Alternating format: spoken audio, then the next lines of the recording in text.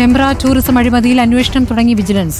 ചെമ്പ്ര വന സംരക്ഷണ സമിതിയുടെ പേരിൽ അനധികൃതമായി പണം പിരിച്ചെന്ന പരാതിയിലാണ് അന്വേഷണം. ടിക്കറ്റ് മെഷീൻ ഉണ്ടായിരുന്നിട്ടും രസീത് വെച്ച് പണം പിരിച്ചു എന്നാണ് കണ്ടെത്തൽ.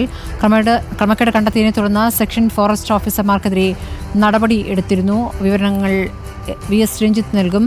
രഞ്ജിത്ത്, എന്താണിപ്പോൾ ഈ ക്രമക്കേടുമായി ബന്ധപ്പെട്ട് ലഭിക്കുന്ന പുതിയ വിവരങ്ങൾ?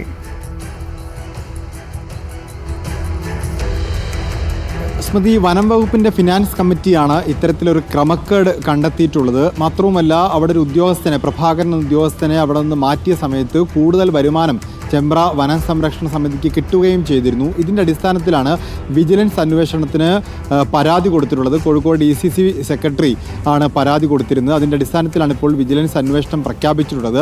ഈ ഫിനാൻസ് കമ്മിറ്റി ഇതുമായി ബന്ധപ്പെട്ട് ഒരു ക്രമക്കേട് കണ്ടെത്തിയ സമയത്ത് ആ സമയത്താണ് വനം വകുപ്പിലേക്ക് 16 ലക്ഷം രൂപ അവിടുത്തെ സെക്ഷൻ ഫോറസ്റ്റ് ഓഫീസർമാർ തിരിച്ചടച്ചത്.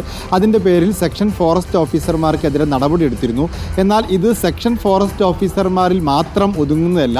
ആ കാലഘട്ടങ്ങളിൽ അവിടെ ഉണ്ടായിരുന്ന DFOമാർക്കും അതിൽ പങ്കുണ്ട് എന്ന് കാണിച്ചാണ് ഈ DCC സെക്രട്ടറി പരാതി കൊടുത്തിരുന്നത്. സ്വാഭാവികമായിട്ടും അവിടെ DFOമാരായിട്ടുള്ള ധനേഷ്, അതുപോലെ അസീസ്, പിന്നീട് വന്ന സജിന, ഇവരുടെ എല്ലാം കാലഘട്ടങ്ങളിൽ ഇത്തരത്തിൽ ചെമ്പ്ര വനസംരക്ഷണ സമിതി രസീത് വെച്ച് പണം പിരിച്ചിരുന്നു.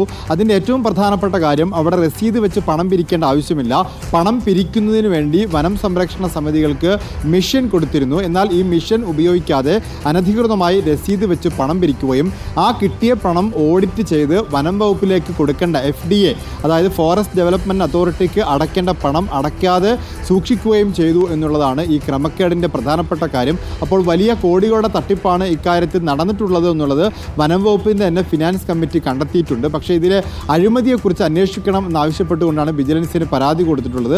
ആ പരാതിയിൽ വിജിലൻസ് കേസെടുത്തിട്ടുണ്ട്. കേസെടുത്ത് അന്വേഷണം ആരംഭിച്ചു എന്നാണ് നമുക്ക് മനസ്സിലാക്കാൻ സാധിക്കുന്നത്.